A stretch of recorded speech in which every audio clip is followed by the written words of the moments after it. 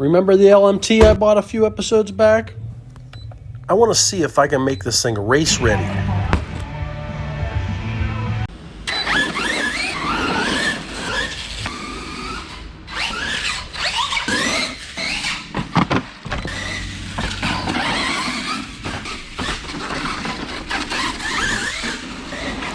These tires are pretty much horrible on clay, so I'm really having to feather the throttle throughout these video clips.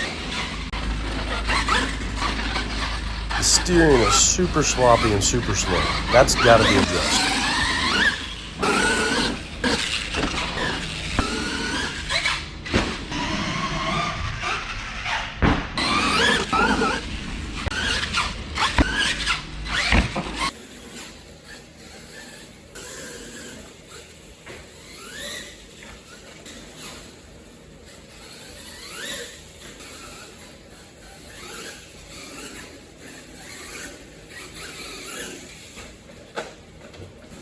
Okay, you guys get it. It's a monster truck on an off-road track, yada, yada, yada. The real story is, what can I do with it to make it better? And can it be good as a race vehicle?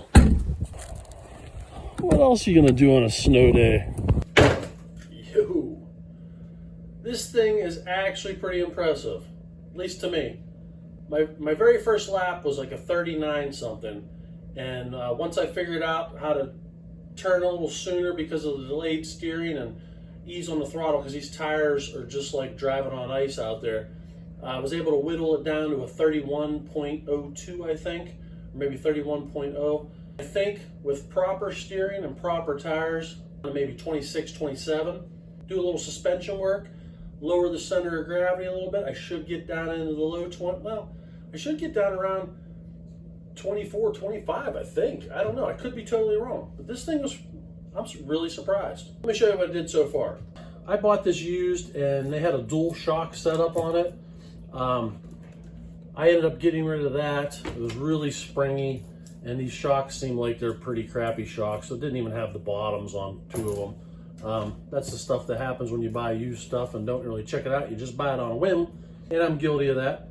But no biggie. I put single shocks back on it. I put 60 weight oil in these shocks, and it's like, it feels really good. I mean, it's pretty planted. It sticks to the ground, with the exception of these tires. It's like driving on ice.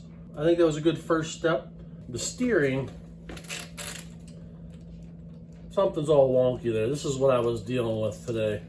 It looks like that steering, or it looks like that servo.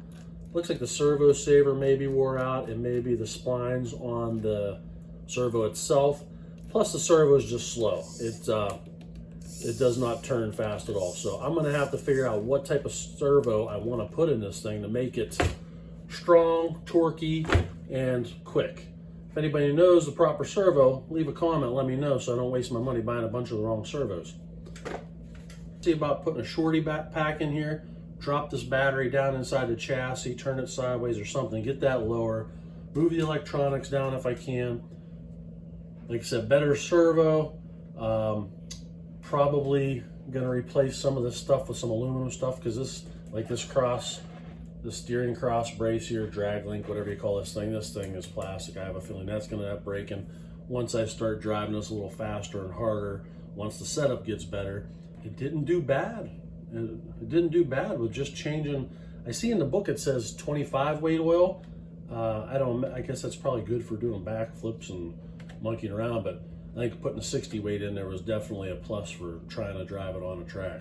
I'm gonna grind these babies down into slicks. I hope there's enough rubber in the carcass here that I don't grind all the way through, because these aren't cheap to replace. But I'm gonna see if I can get these ground down into slicks, broke in a little bit. Oh yeah, there's enough meat on the bone. If I can make these slicks, this thing will be hooked up for sure. It's gonna snowball, no problem. I'm gonna have too much traction. I'm gonna be wheeling. I'm gonna have a 6-foot wheelie bar out the back, but I'll cross that bridge when I come to it. It's gonna be a long night.